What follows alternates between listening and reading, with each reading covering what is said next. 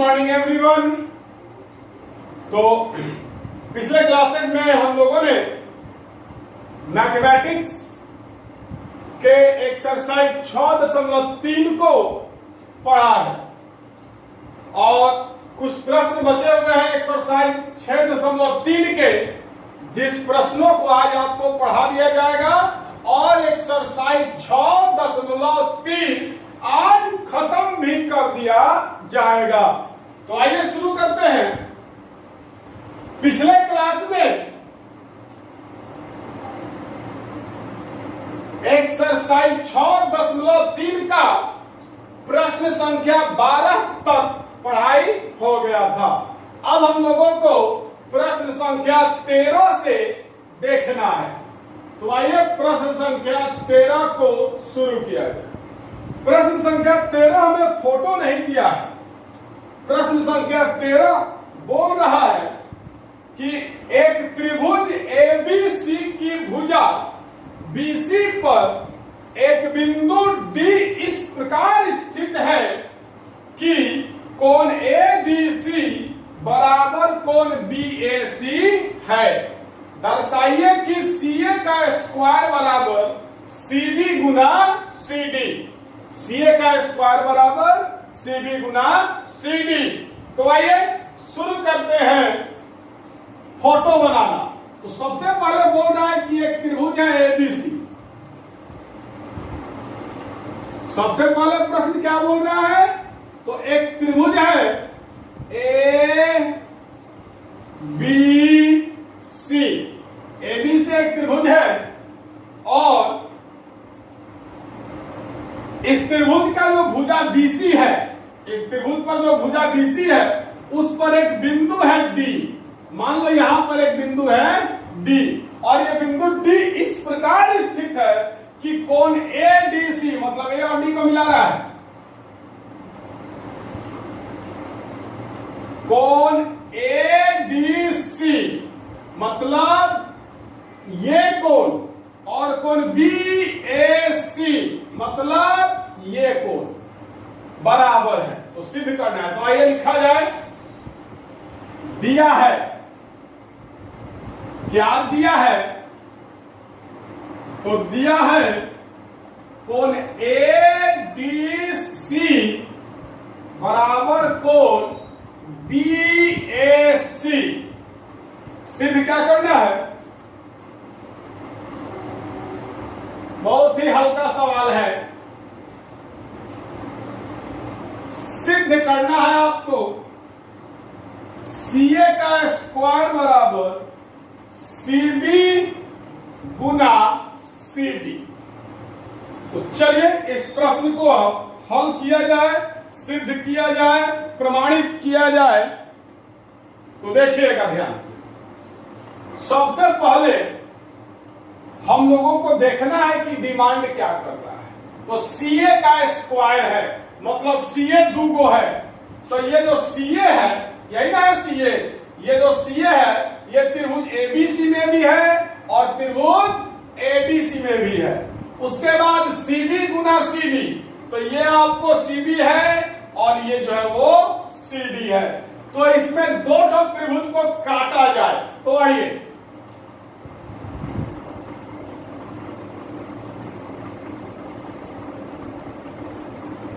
ये है त्रिभुज ए बी और सी, माने पूरा त्रिभुज ए बी सी, ये पूरा त्रिभुज यहां पर मैंने अलग बना दिया। उसके बाद इस त्रिभुज के भीतर एक त्रिभुज है ए बी सी, मतलब ये वाला त्रिभुज।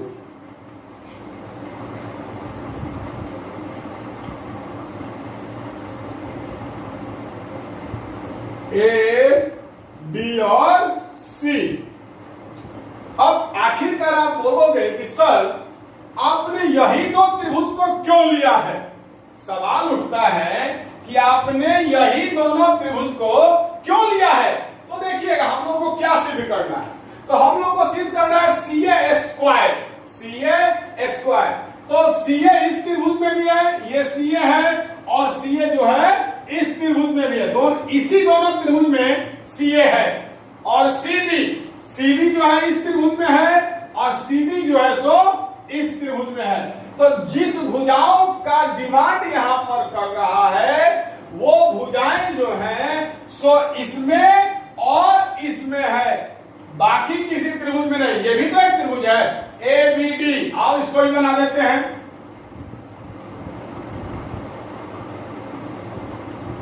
ए बी डी कुल 3 गो त्रिभुज है इस फोटो में। इस फोटो में जो फोटो क्वेश्चन बनाने के लिए बोला है, इस फोटो में कुल 3 गो त्रिभुज है।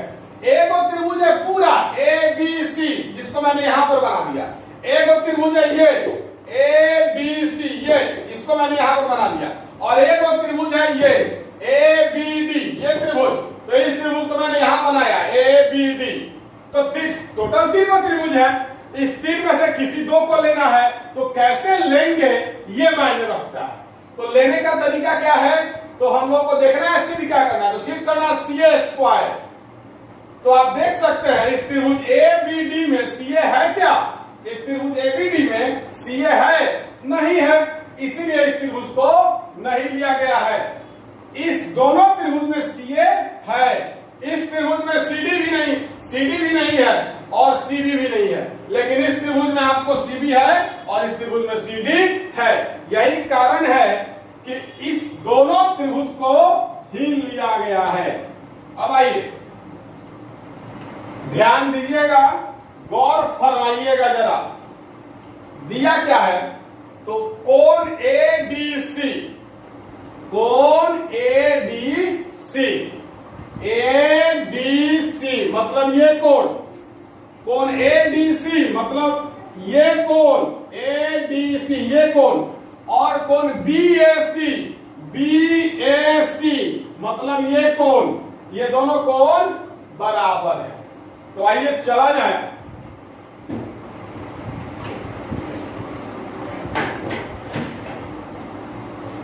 प्रमाण लिखेगा, त्रिभुज ए बी सी तथा त्रिभुज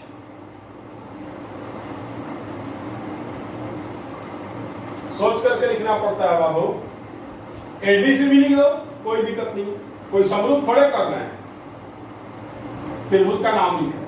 तो त्रिभुज एबीसी, त्रिभुज एबीसी तथा त्रिभुज एडीसी, त्रिभुज एडीसी मतलब इस त्रिभुज और इस त्रिभुज में, यह है त्रिभुज एबीसी और यह त्रिभुज एडीसी। इस दोनों त्रिभुज में आप लोग देख सकते हैं क्वेश्चन में दिया है कि त्रिभुज एबीसी का ये जो कोण बीएसी है मतलब ये कोण ए, और त्रिभुज एडीसी का ये जो कोण डी है मतलब कोण एडीसी, ये दोनों बराबर है, मतलब ये कोण और ये कोण बराबर है। तो लिखिएगा कोण बीएसी बराबर है कोण एडीसी के, दिया है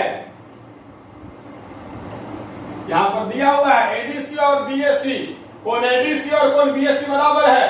तो इस दोनों त्रिभुज में त्रिभुज एबीसी और त्रिभुज एडीसी में कोण बीएसी मतलब बीएसी ये कोण तथा कोण एडीसी, कोण एडीसी ये कोण, ये दोनों कोण क्या है बराबर है, दिया है। तथा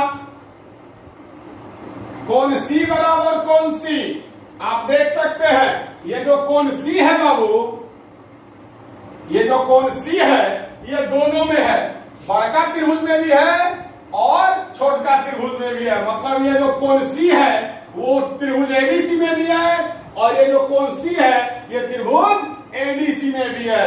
मतलब ये जो कोण सी है वो दोनों त्रिभुज में है, इसमें भी है और इसमें भी है। बड़का त्रिभुज में भी त्रिभुज एबीसी में भी कोण सी है और त्रिभुज एडीसी में भी कोण सी है। कोण सी दोनों त्रिभुज में है, मतलब कोण सी बराबर कोण सी का है तो उभयनिष्ठ है, लिख देगा उभयनिष्ठ। अब इस दोनों त्रिभुज का दो ठो कोण बराबर हो गया तो लिखेगा इसीलिए त्रिभुज ए बी सी समरूप हो जाएगा त्रिभुज, अब सोच करके लिखना हो, ए, तो ए का बराबर यहां डी है तो डी लिखो। उसके बाद सी का बराबर सी है तो सी 3 नंबर पर, 3 नंबर पर सी लिख दो। बीच में जो बच रहा है बी का बराबर यहां पर कौन हो जाएगा, बी का बराबर इसका ए हो जाएगा, तो इसके बी के जगह पर ए लिखो। समझ रहे हो, क्योंकि यहां पर जो क्रम रहता है वही क्रम यहां भी रहना आवश्यक है। अगर यहां पर कोने है तो इसका संगत कोण ही यहां पर लिखाएगा फर्स्ट में, यहां पर सेकंड में कोण बी है तो इसका संगत कोण ही सेकंड में लिखाएगा, यहां पर तीसरा में कोण सी है तो इसका संगत कोण यहां लिखाएगा। तो कोने का संगत कोण कोण डी है, क्योंकि कोने और कोण डी बराबर है। आप देख सकते हैं कोने और कोण डी बराबर है तो ए के जगह पर डी लिखाएगा। और 3 नंबर पर सी है तो कोण सी और इसका कोण सी बराबर है, इसमें कौन सी और इसमें भी कौन सी बराबर है, तो 3 नंबर पर सी लिखाएगा, इसमें भी 3 नंबर पर सी लिखाएगा। जो बच गया उसको बीच में कर दो, तो इसके बीच में बी है तो इसका कौन सा कोण बच रहा है, ये जो बी है इसका संगत कोण तो यही बच रहा है, तो इसमें बी के जगह पर ए लिख दो। तो सीरियल वाइज लिखाता है, इस बात को माइंड में रखिएगा। तो त्रिभुज एबीसी समरूप हो गया त्रिभुज डी ए सी के, काहे तो इस दोनों त्रिभुज का 2 ठो कोण बराबर हो गया, ये कोण और ये कोण बराबर हो गया, उसके बाद ये कोण और ये कोण बराबर हो गया, तो ये दोनों त्रिभुज समरूप हो गया। कैसे, तो एंगल उपप्रमेय से। अब जब दोनों त्रिभुज समरूप हो गया तो इसके संगत भुजाओं का अनुपात भी बराबर हो जाएगा। जैसा कि आप लोग जानते हैं कि अगर 2 त्रिभुज समरूप है तो उसके संगत भुजाओं का अनुपात बराबर होता है। 2 त्रिभुज अगर समरूप है तो उसके संगत भुजाओं का अनुपात क्या होता है, बराबर होता है। तो आइए संगत भुजा खोजा जाए। ए और डी बराबर है तो कोण ए के सामने कोण इस त्रिभुज का कोण ए और इस त्रिभुज का कोण डी बराबर है। आप देख सकते हैं कोण ए बराबर कोण डी, माने बीएससी बराबर एडीसी, बीएससी मतलब कोण ए, एडीसी मतलब कोण डी, तो ऐसे भी एक के जगह पर डी लिखा हुआ है। तो ए के सामने का भुजा और डी के सामने का भुजा क्या हो जाएगा, संगत भुजा हो जाएगा। इस दोनों त्रिभुज का कोण ए और कोण डी बराबर है, तो ए के सामने का जो भुजा है वो और डी के सामने का जो भुजा है वो बराबर हो जाएगा। तो ए के सामने कौन सा भुजा है, सीबी है। आप बीसी भी कह सकते हैं, इसको बीसी भी कह सकते हैं, लेकिन क्वेश्चन में सीबी दे रहा है, हम लोग को सीबी सिद्ध करना है तो सीबी लिखिए, क्या दिक्कत है, बीसी लिखो चाहे सीबी लिखो। तो वही, तो इस त्रिभुज का सीबी और इस त्रिभुज का एसी संगत भुजा है। इस त्रिभुज का जो सीबी है वो और इस त्रिभुज का जो सीए है वो, एसी नहीं सीए लिखिए, क्वेश्चन में सीए डिमांड किया है तो एसी ना लिख करके सीए लिख देंगे, कोई दिक्कत नहीं है। एसी लिखो चाहे सीए लिखो।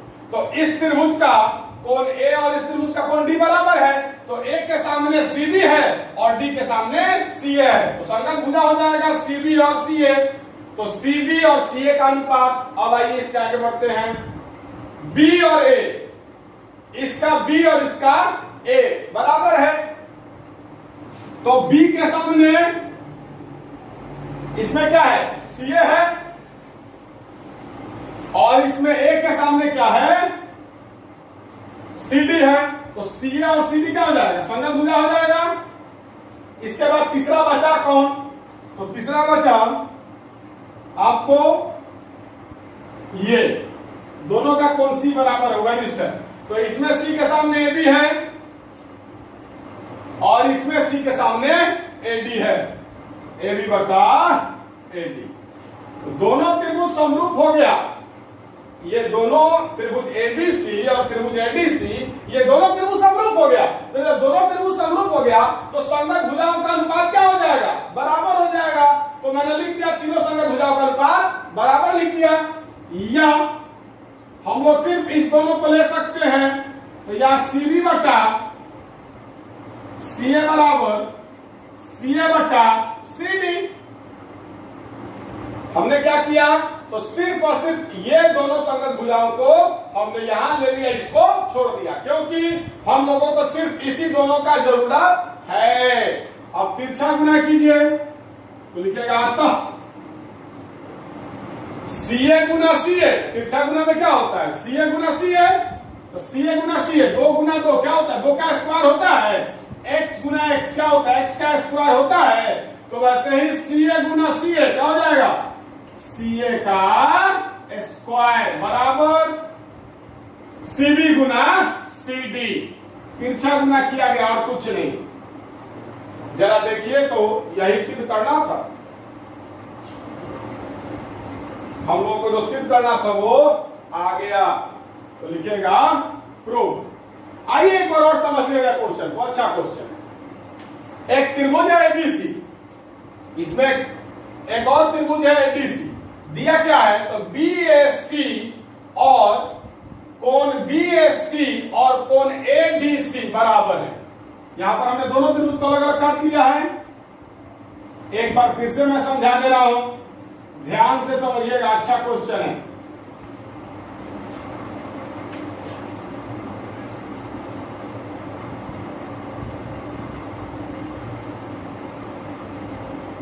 यही दोनों त्रिभुज, इस त्रिभुज का ये कोण बीएससी और इस त्रिभुज का ये कोण एडीसी, ये दोनों बराबर है।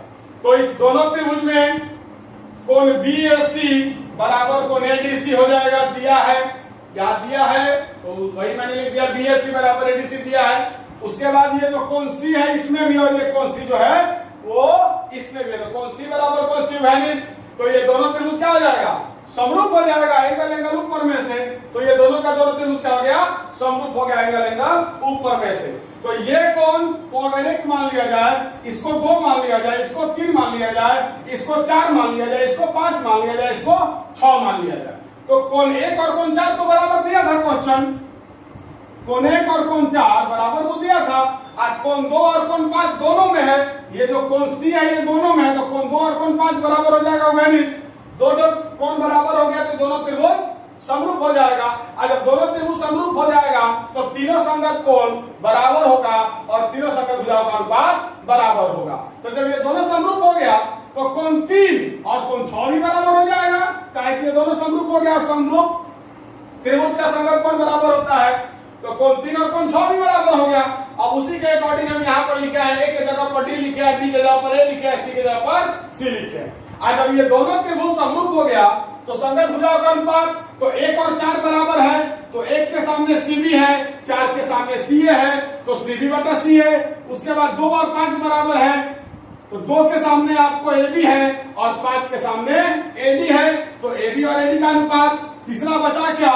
तो 3 के सामने CA है और 6 के सामने CD है, तो CA और CD का अनुपात, संगत भुजा का अनुपात क्या हो गया? बराबर हो गया। उसके बाद हमने इस दोनों को यहां ले लिया, इसको छोड़ दिया, कोई दिक्कत नहीं है। इतना बराबर इतना हमने ले लिया, इसको छोड़ दिया, ले सकते हैं, कोई दिक्कत नहीं है। अब यहाँ पर तिरछा गुना किए, CA गुना CA, CA स्क्वायर बराबर CB गुना CD, यही प्रूफ करना था। तो चलिए, आई थिंक आप लोगों को समझ में आ गया होगा।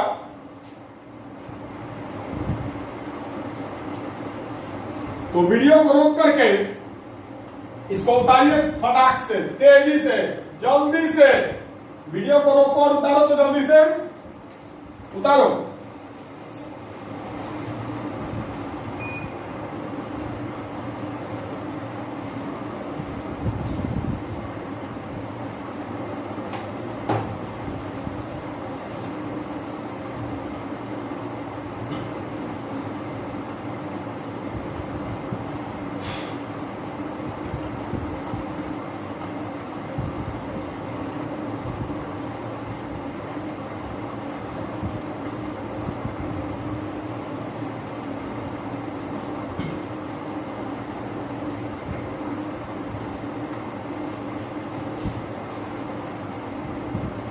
अब आते हैं, तो चलिए क्वेश्चन नंबर 15,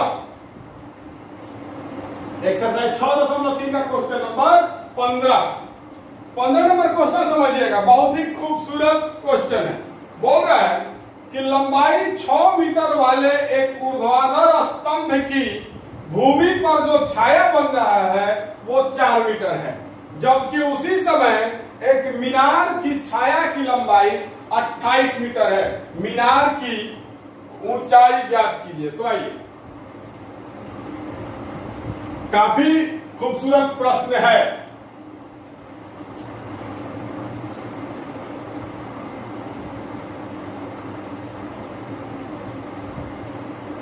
चलिए तो देखिएगा,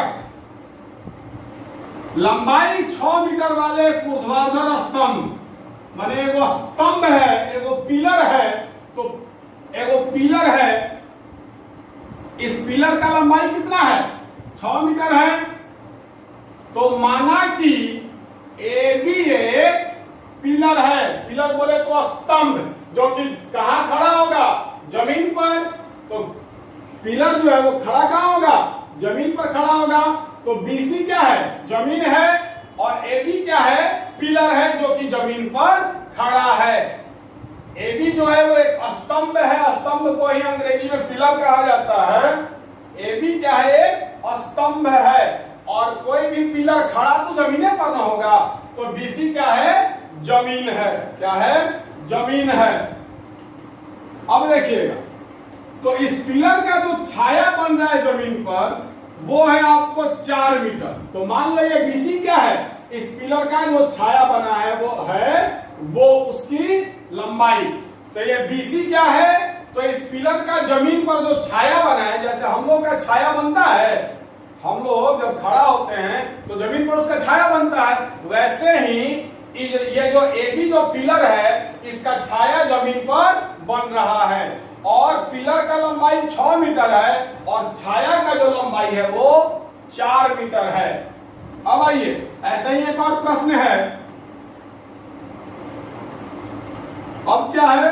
तो एक मीनार है, जैसे मीनार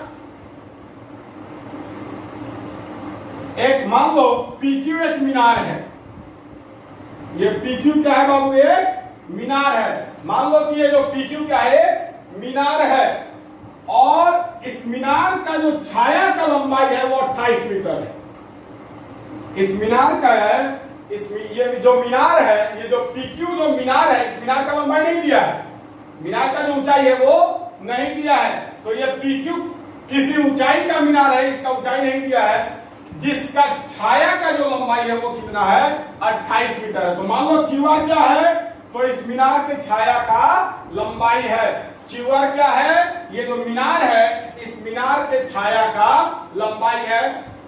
अब आइए, और ये जो छाया बन रहा है, ये पिलर का, इस स्तंभ का और इस मीनार का, ये दोनों एक ही समय में बन रहा है। तो बात को समझिएगा ध्यान से, बात को समझिएगा ध्यान से। मान लो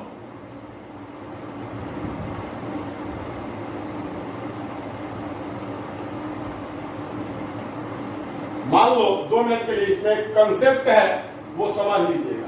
मान लो ये कोई मतलब पिलर है, ये पिलर खड़ा होगा जमीन पर, तो जमीन के साथ 90 डिग्री का कोण बनाएगा।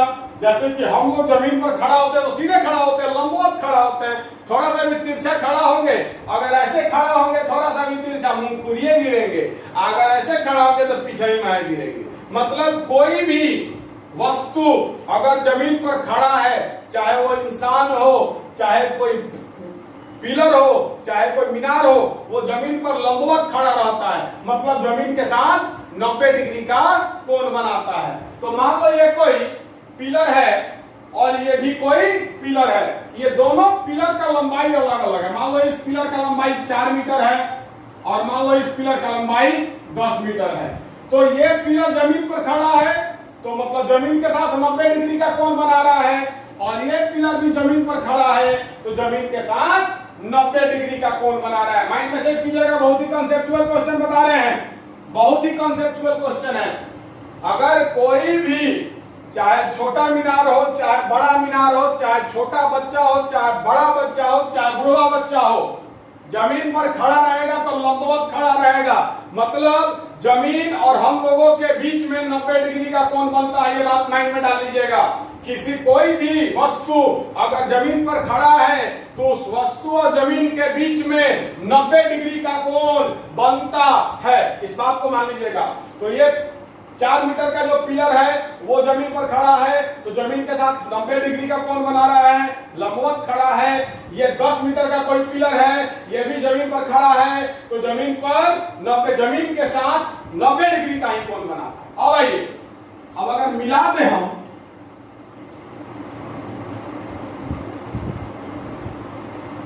अब तो मान लीजिए ए बी कोई पिलर है जिसका लंबाई 4 मीटर है। अब ये कॉन्सेप्ट दे रहे हैं, मान लो पी क्यू कोई पिलर है जिसका लंबाई 10 मीटर है।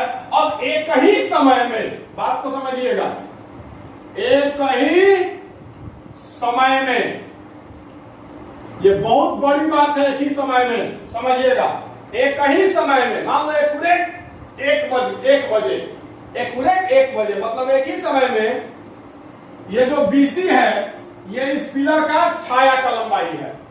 ये जो पिलर है भी उसके छाया का लंबाई बीसी है और ये जो पिलर है उसके छाया का लंबाई मान लो क्यूआर है। एक ही समय में मतलब मान लो 1 बजे एक्यूरेट 1 बजे ये जो पिलर है ए बी इसके छाया का लंबाई क्या है, बीसी है। और एक ही बजे ये जो पिलर है पी क्यू उसके छाया का लंबाई क्यू आर है। तो सूर्य का अनंतांश बराबर होता है। एक ही समय में सूर्य का अनंतांश बराबर होता है, समान होता है। मतलब यहां पर जो कोण बनेगा, मतलब यहां पर जो कोण बनेगा वही क्या होगा, सूर्य का अनंतांश होता है। यहां पर जो कोण बनता है एक ही समय में मतलब एक्यूरेट 1 बजे ये दोनों का यहां पर जो कोण बनेगा, या फिर एक्यूरेट 2 बजे मतलब एक ही समय में अगर हम दोनों ये जो कोण बनता है यहाँ, इसको कहा जाता है सूर्य का अनंतांश। इसको क्या कहा जाता है, सूर्य का अनंतांश। ये जो कोण बन रहा है इसको क्या कहा जाता है, सूर्य का अनंतांश। यहां जो कोण बन रहा है इसको क्या कहा जाता है, सूर्य का अनंतांश।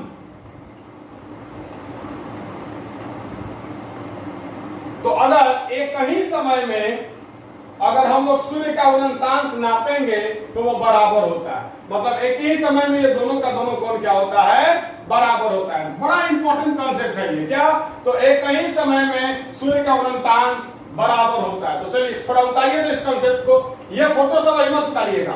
अभी ये जो कॉन्सेप्ट मैंने बताया है,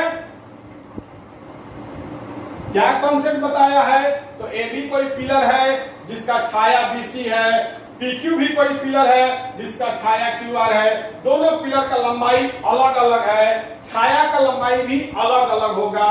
लेकिन अगर एक ही समय में इसके अनंतांश को नापा जाए तो वो अनंतांश क्या होता है, बराबर होता है। उतारिए तो इस कॉन्सेप्ट को, बहुत ही धाकड़ कॉन्सेप्ट है, इंपॉर्टेंट है।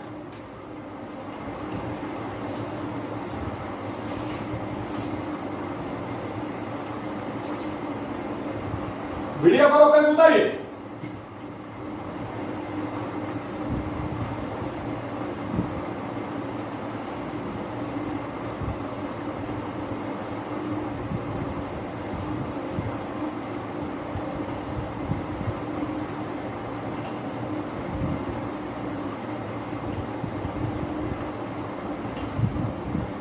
अब आइए 15 नंबर क्वेश्चन। तो 15 नंबर क्वेश्चन बोल रहा है, लंबाई 6 मीटर वाले एक ऊर्ध्वाधर स्तंभ की, एगो स्तंभ है, एगो पिलर है जिस पिलर का लंबाई 6 मीटर है। ये पिलर जमीन पर खड़ा रहेगा और जमीन के साथ 90 डिग्री का कोण बनाएगा, ये भी निश्चित है। तो लंबाई 6 मीटर वाले एक ऊर्ध्वाधर स्तंभ की, ऊर्ध्वाधर मतलब लंबवत खड़ा, तो लंबाई 6 मीटर वाला एक पिलर है जिसका लंबाई 6 मीटर है, उसका भूमि पर जो छाया बन रहा है वो 4 मीटर बन रहा है। जबकि उसी समय मतलब सेम टाइम है,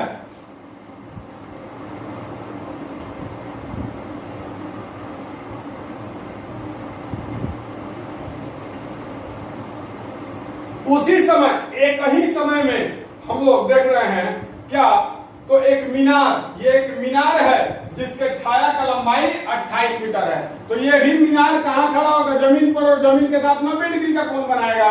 तो ये मीनार जमीन पर खड़ा है और इस मीनार के छाया का लंबाई एक ही समय में 28 मीटर है। तो यहां पर एक ही समय मतलब लंबाई 6 मीटर वाले एक ऊर्ध्वाधर स्तंभ की भूमि पर छाया की लंबाई 4 मीटर है, जबकि उसी समय एक मीनार की छाया की लंबाई 28 मीटर है। मतलब इन दोनों के छाया का जो लंबाई हम लोग नापे हैं वो एक ही समय में नापे हैं, और एक ही समय में सूर्य का उनंतांश, ये क्या है, सूर्य का उनंतांश है, और ये भी क्या है, सूर्य का उनंतांश है। तो एक ही समय में सूर्य का उनंतांश क्या होता है, बराबर होता है।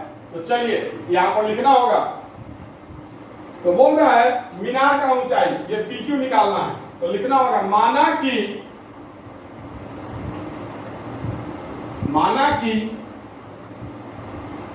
AB स्तंभ की ऊंचाई है तथा BC स्तंभ के छाया की लंबाई है, एवं PQ मीनार की ऊंचाई है, मीनार की ऊंचाई है तथा QR मीनार के छाया की लंबाई है, मीनार के छाया की लंबाई है। हम लोगों ने कुछ नहीं किया, ये AB क्या था, मीनार का ऊंचाई था। हम लोगों ने लिख दिया कि माना कि AB जो है मीनार की ऊंचाई है, और BC क्या है, मीनार के छाया की लंबाई है, एवं PQ जो है, सॉरी AB स्तंभ का नाम ऊंचाई है, हाँ स्तंभ का। तो माना कि AB जो स्तंभ का ऊंचाई है और BC का स्तंभ का लंबाई है, एवं PQ जो है वो मीनार का ऊंचाई है, और QR क्या है, मीनार के छाया की लंबाई है। हम लोगों को बोल रहा है कि मीनार की ऊंचाई ज्ञात कीजिए, मतलब PQ। मीनार की ऊंचाई किसको माने हैं, PQ को माने, तो हम लोग को PQ निकालना है। ये PQ इक्वल टू व्हाट, ये निकालना है। तो लिखेगा ऑफ। क्वेश्चन हल्का है लेकिन लैंग्वेज है, तो इसमें भाषा लिखना होगा। पहले मानना होगा कि ये स्तंभ का लंबाई है, ये स्तंभ का के छाया का लंबाई है, ये मीनार का ऊंचाई है, ये मीनार के छाया का लंबाई है, ये मानना पड़ेगा। उसके बाद लिखेगा अब। इसमें सी नहीं करना, इसमें आंसर निकालना है। तो लिखेगा आप त्रिभुज ABC तथा त्रिभुज PQR में कोण B बराबर कोण Q बराबर 90 डिग्री का है। तो दिया है, क्वेश्चन क्या दिया है कि दोनों का नाम ऊर्ध्वाधर खड़ा है, मतलब जमीन पर खड़ा है, और जमीन पर खड़ा है तो जमीन के साथ 90 डिग्री का कोण बना रहा है। क्वेश्चन में दिया है कि ये मीनार और ये जो स्तंभ है ये दोनों ऊर्ध्वाधर खड़ा है, मतलब जमीन पर एकदम लंबवत खड़ा है। तो कोण B बराबर कोण Q बराबर 90 डिग्री, ये कोण B है और ये कोण Q है, ये दोनों 90 डिग्री दिया है, तथा कोण C बराबर कोण Q, ये कोण C है और ये कोण Q है, ये दोनों बराबर है, का है। तो थोड़ा देर पहले बताएं, लिख दीजिएगा ब्रैकेट में, चूंकि एक ही समय में सूर्य का उनंतांश बराबर होता है। थोड़ा देर पहले बताया था ये। तो कोण C बराबर कोण Q। अब आइए, चूंकि एक ही समय में सूर्य का उनंतांश बराबर होता है। अब इस दोनों त्रिभुज का दो ठो कोण बराबर हो गया। कौन, तो कोण B और कोण Q बराबर हो गया, कोण C सॉरी कोण B, एक मिनट, PQR में होगा। तो कोण C बराबर कोण R होगा, बाबू मिस्टेक से हो गया था। तो तो कोण बी बराबर कोण क्यू दोनों 90 डिग्री है, और कोण सी बराबर कोण आर, क्योंकि एक ही समय में हम लोग छाया का लंबाई नापते हैं, तो एक ही समय में सूर्य का उल्टांश बस बराबर होता है। अब इस दोनों त्रिभुज का दो कोण बराबर हो गया, तो लिखिएगा इसीलिए त्रिभुज एबीसी समरूप हो जाएगा त्रिभुज पीक्यूआर के। कैसे? तो एंगल उपप्रमेय से होगा। सबसे ज्यादा मजेदार एंगल उपप्रमेय ही है, इसी का यूजेज आपको सबसे ज्यादा होता है। अब जब ये दोनों समरूप हो गया, ये दोनों क्या हो गया? समरूप हो गया, तो संगत भुजा का अनुपात बराबर होगा। तो लिखेगा इसीलिए कोण बी और कोण क्यू बराबर है, तो बी के सामने एसी है और क्यू के सामने पीआर है, तो इसीलिए एसी और पीआर का अनुपात। उसके बाद सी के सामने एबी है और आर के सामने पी क्यू है, सी और आर बराबर है, तो एबी और पी क्यू भी क्या हो जाएगा? संगत भुजा हो जाएगा। तो एबी अनुपात पी क्यू, एबी और पी क्यू का अनुपात। उसके बाद तीसरा बचा कौन? तो बीसी और क्यू आर, तो तीसरा जो बचा वही हो जाएगा। तो बीसी और क्यू आर क्या हो जाएगा? संगत भुजा। इस तीनों संगत भुजाओं के अनुपात बराबर होगा। चूंकि ये दोनों त्रिभुज समरूप हो गया, तो तीनों संगत भुजाओं का अनुपात क्या होगा? बराबर होगा। अब देखिएगा, हमको AB का मान दिया है, BC का मान दिया है, QR का मान दिया है, PQ का मान निकालना है। तो अगर हम लोग सिर्फ इस दोनों को ले लें तो कैलकुलेशन करके हम लोग निकाल सकते हैं। तो सिर्फ इस दोनों को लेंगे तो लिखेंगे या AB बटा PQ बराबर BC बटा QR। इसको हम लोग छोड़ दिए, AC बटा PR को हम लोग हटा दिए, क्योंकि इसका जरूरत हम लोग को नहीं है। तो ऐसे भी ये दोनों तो बराबर है, कोई दिक्कत नहीं है। तो AB बटा PQ बराबर BC बटा QR। अब आइए मान रखिए धकाधक। AB का मान कितना है? 6 मीटर है, प्रश्न दिया है। AB का मान कितना है? 6 मीटर है, बटा PQ का मान नहीं दिया है, अब बराबर BC का मान है 4 मीटर, अब बटा QR का मान है 28 मीटर।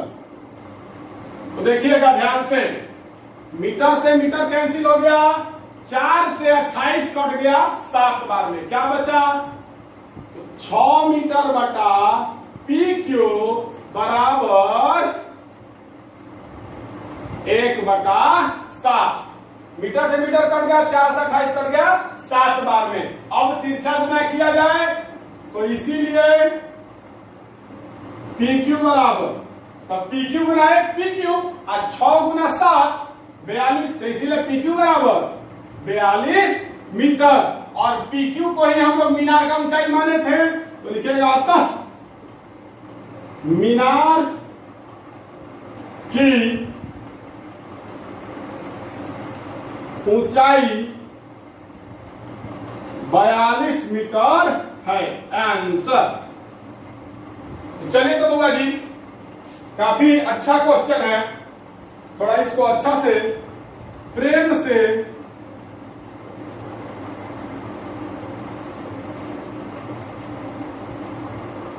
उतारिए तो अच्छा से, तभी एकदम प्रेम से उतारिएगा, बहुत अच्छा क्वेश्चन है।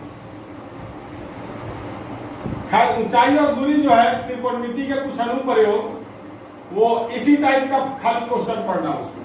तो चलिए वीडियो को करके उतारिए तो।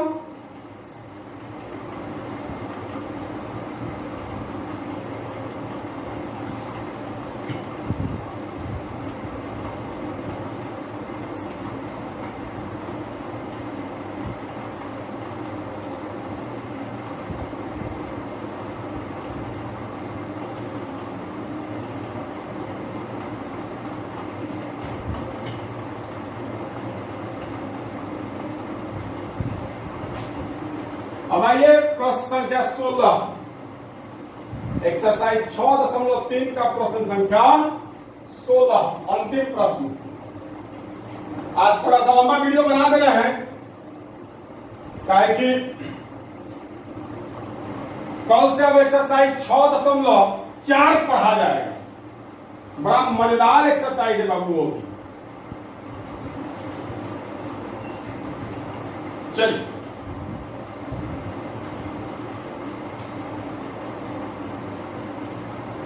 दिया है। क्या दिया है? तो आइए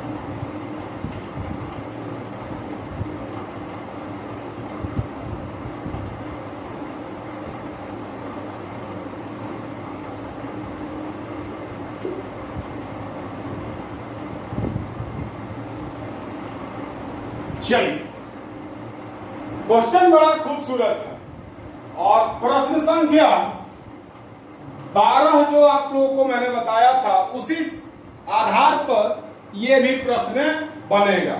तो पहले समझिए कि आखिरकार क्वेश्चन बोल क्या रहा है। तो क्वेश्चन बोल रहा है कि एक त्रिभुज है एबीसी और एक त्रिभुज है पीक्यू आर और ये दोनों त्रिभुज समरूप है। यहां दिया हुआ है त्रिभुज एबीसी समरूप त्रिभुज पीक्यूआर है और एडी जो है वो त्रिभुज एबीसी का माध्यिका है, मतलब बीसी को दो बराबर भागों में बांट रहा है। माध्यिका का खेल तो काफी ज्यादा आप लोग खेल चुके हैं।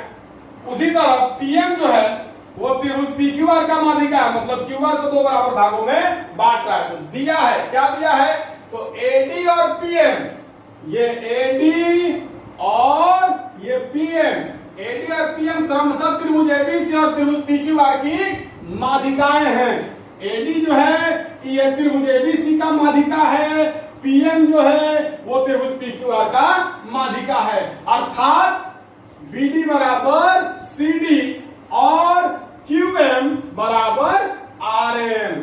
क्लियर? माध्यिका का मतलब तो आप समझ रहे हैं। एडी जो है वो त्रिभुज एबीसी का माध्यिका है, इसका मतलब बीसी को दो बराबर भागों में ये बिंदु डी बांट दे रहा है। जितना ये होगा उतना ही ये भी होगा। तो ये बीडी है, ये सीडी है, ये दोनों क्या हो जाएगा? बराबर हो जाएगा। उसके बाद ये पीएम जो है वो त्रिभुज पीक्यूआर का माध्यिका है, मतलब ये जो बिंदु एम है ये क्यूआर को दो बराबर भागों में बांट दे रहा है। तो जितना ये होगा उतना ही ये होगा। इसका मतलब क्यूएम और आरएम बराबर है, क्यूएम और आरएम बराबर है। एवं ये जो त्रिभुज एबीसी और त्रिभुज पीक्यूआर है ये दोनों समरूप भी है। यह भी बात माइंड में रखना है कि त्रिभुज एबीसी और त्रिभुज पीक्यूआर ये दोनों समरूप दिया है। अब आइए प्रमाण।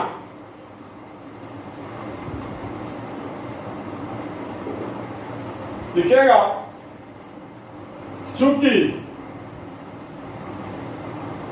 त्रिभुज एबीसी समरूप है त्रिभुज पीक्यूआर के, दिया है। ये दोनों त्रिभुज फिर से यहां पर काट दे रहा हूं, देख, अच्छा क्वेश्चन है।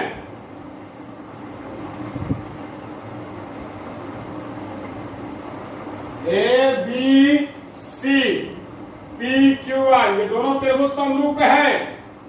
ए की जगह पर पी है, मतलब ए और कोण पी बराबर है, कोण ए और कोण पी बराबर है, ए की जगह पर पी है, तो ए के सामने कौन सा है, बीसी है, पी के सामने कौन सा है, क्यू आर है, तो इसीलिए बीसी और क्यू आर संगत भुजा हो जाएगा, तो बीसी और क्यू आर। इसके बाद बी है और क्यू है, मतलब कोण बी और कोण क्यू बराबर है, यहां पर दिया हुआ है कोण बी और कोण क्यू, तो बी के सामने एसी है और क्यू के सामने पी आर है, तो एसी और पी आर भी संगत भुजा हो जाएगा।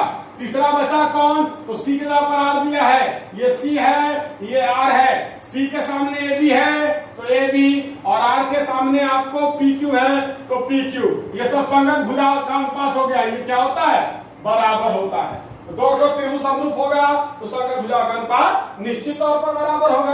अब या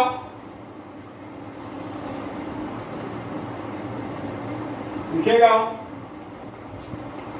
या बीसी बटा क्यू का, तो इसमें से हम लोग इसको ऐसे लिख सकते हैं,